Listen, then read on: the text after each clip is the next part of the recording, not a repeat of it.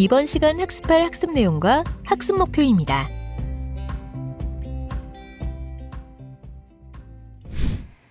안녕하세요. 고용노동에 관련된 정보 교육을 더욱 쉽고 재미있게 알려드리는 한국고용노동교육원의 보이는 라디오 DJ 김지유입니다.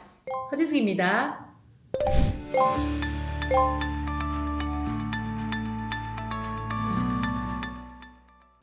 네, 교수님 요즘 날씨가 선선해졌잖아요. 저는 얼마 전에 한강에 가서 치킨 배달시켜서 맥주랑 먹었었거든요. 행복은 멀리 있는 게 아니다. 이게 바로 행복이구나 하는 생각이 들었어요. 와, 한강에서 치맥 정말 부럽네요. 생각만 해도 입에 침이 고여요. 그런데 사회자님이 방금 한 이야기 중에 오늘 이야기할 주제가 들어있네요. 그래요? 제가 방금 한 말이 뭐가 있었죠? 한강? 치맥? 행복? 이 정도 얘기한 것 같은데? 바로 배달입니다. 이 치킨을 배달시켜 먹었다고 하셨잖아요. 오늘 주제는 바로 우리나라의 배달 서비스와 이 배달 서비스 종사자에 대해서 알아보도록 하겠습니다.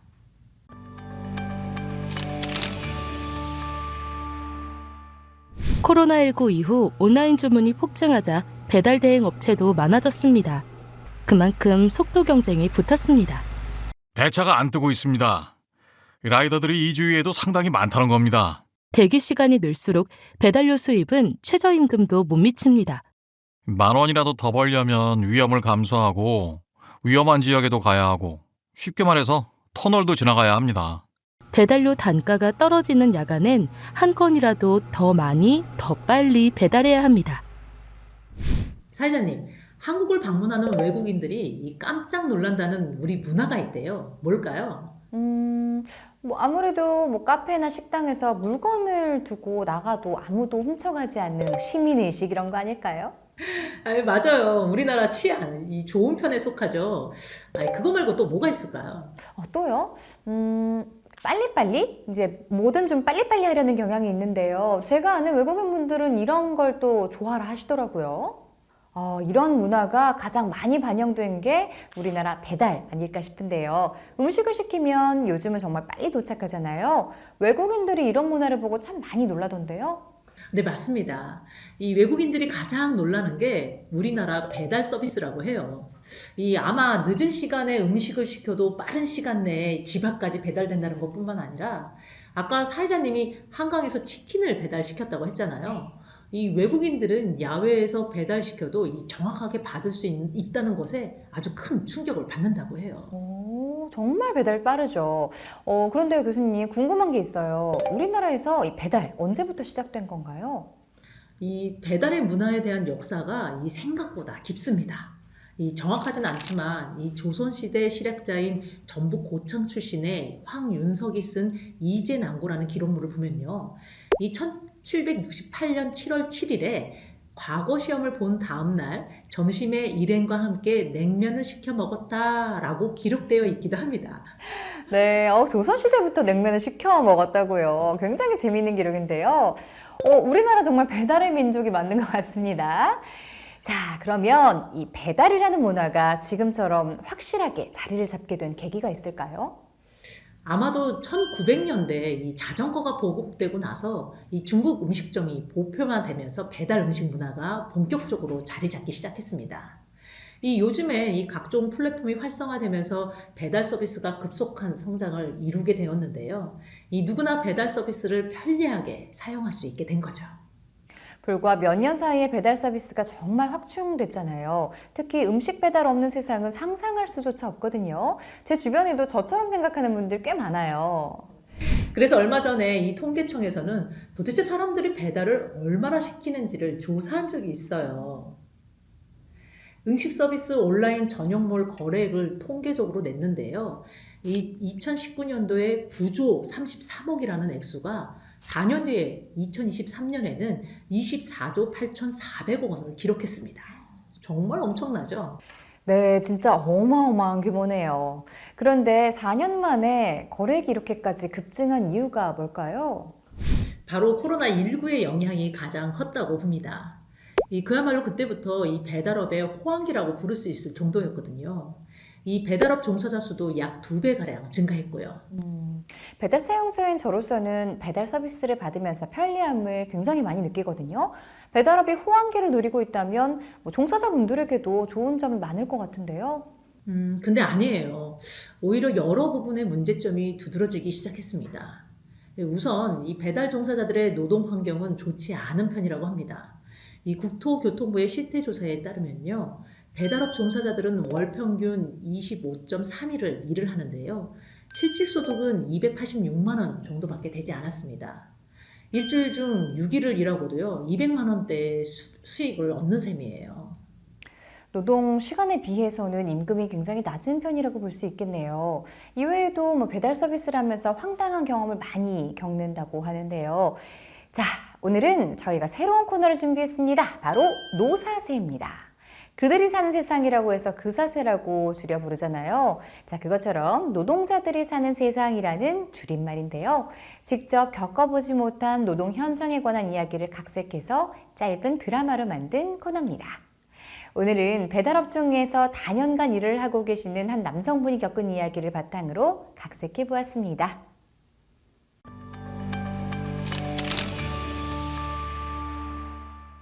요 며칠 폭염특보가 내렸다.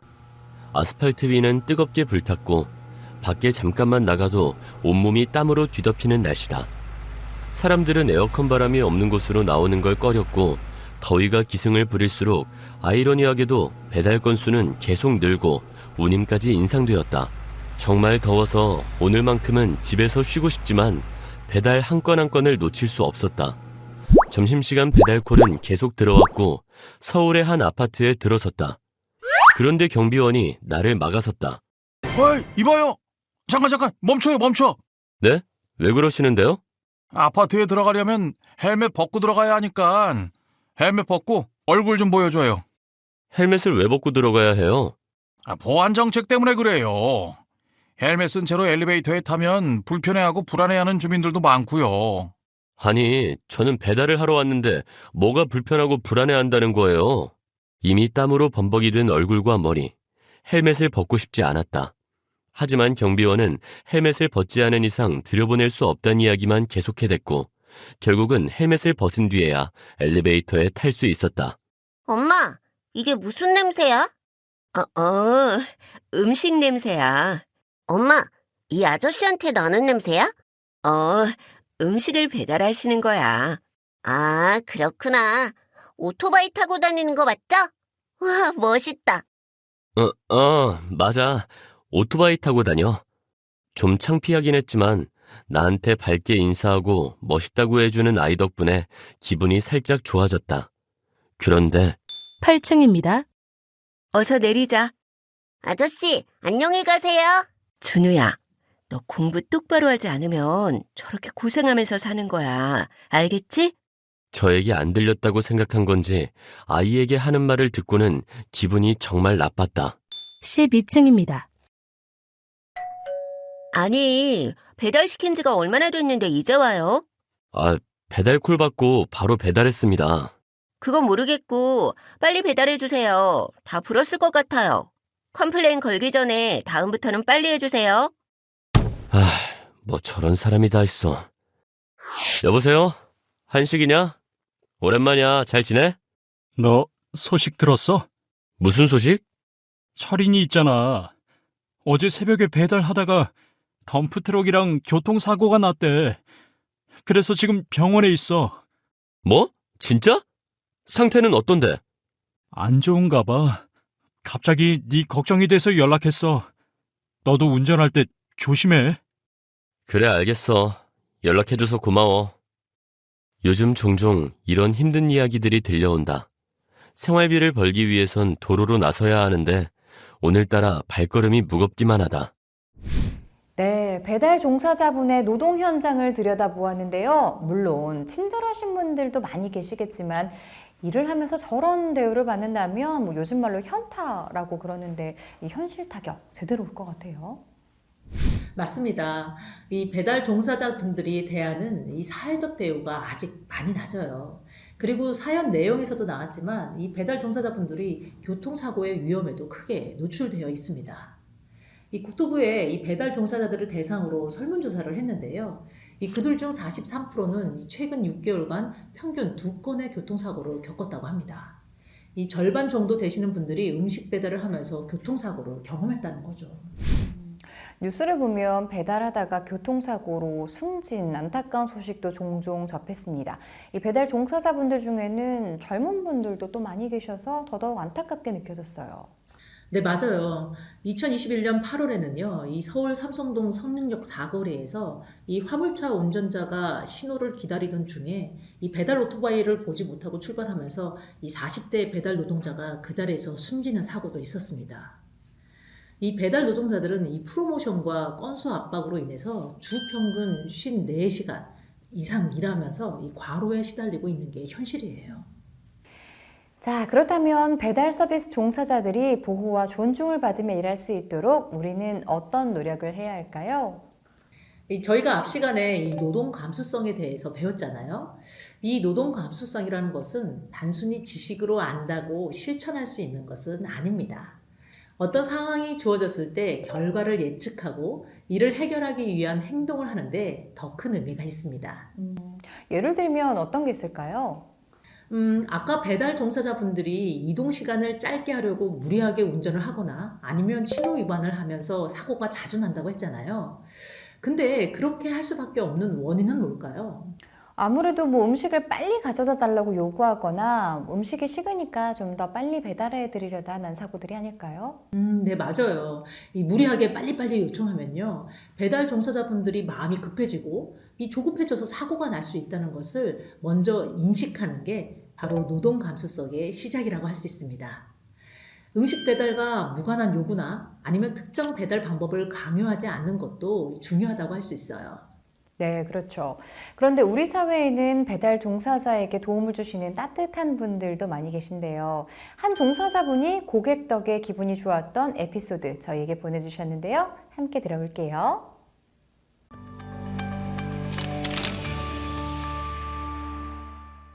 고객님들께서 배달 라이더의 안전을 신경 써주시면 정말 감사해요.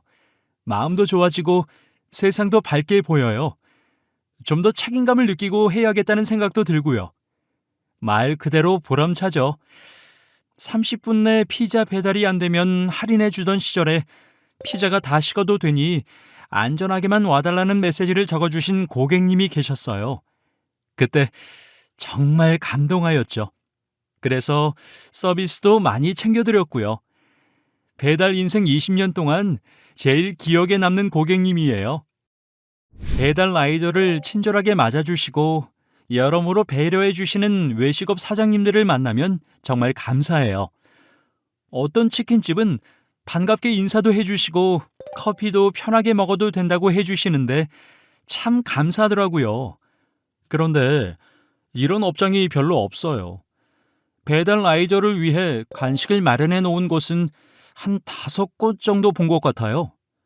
이런 곳은 조금 더 신속하고 따뜻하게 고객님께 음식을 전달해 드리고 싶죠. 왜냐면 재구매율이 높아지면 사장님께 도움이 될 거니까요. 그리고 또 이런 곳은 흔히 말하는 유배지 코리어도 거절 안 하고 가게 되고요. 이 사연은 배달 이용 고객 말고도 배달 종사자들을 고용하는 외식업 사장님들의 배려도 돋보이는 것 같아요. 네, 그렇죠. 배달 서비스 종사자를 이용하는 외식업 사장님들께서 조금이라도 그들의 어려움을 공감해 준다면 이 엄청난 변화가 일어날 수 있습니다. 이 사회자님, 제가 퀴즈를 낼 테니 맞춰보시겠어요? 네. 한 플랫폼 업체에서 이 배달 종사자 129명을 대상으로 조사한 설문인데요. 정답은 뭘까요? 너무 쉬운데요, 저한테는? 1번 아닌가요? 감사합니다. 수고하세요. 인사해준 손님을 만났을 때 아닌가요?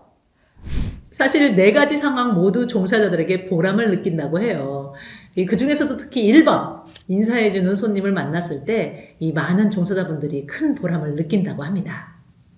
그리고 배달월 중에 55.7%는요, 더 나은 근무 환경을 위해 개선돼야 할 점으로 이 라이더 직업에 향한 긍정적인 사회 인식 변화를 가장 많이 꼽기도 했습니다. 네, 이렇게 보니까요. 사실 크게 어려운 일도 아니네요. 자, 오늘 혹시라도 배달하실 분들 꼭 배달해 주시는 분에게 고맙습니다 한마디 해주시면 좋을 것 같아요.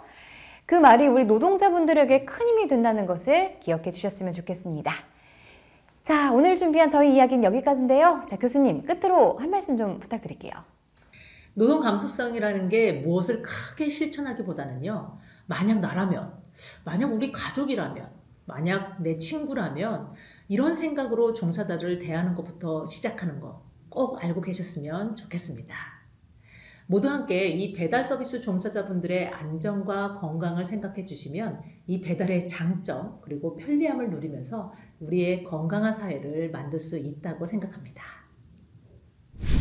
네, 지금까지 우리의 일상에 꼭 필요한 사람들에 대해서 이야기를 나눠봤는데요. 건강한 사회, 행복한 사회를 만들기 위해서는 노동 감수성에 대해 고민하고 생각을 해봐야 할 것 같습니다. 한국고용노동교육원의 보이는 라디오, 오늘도 함께 해주셔서 고맙습니다.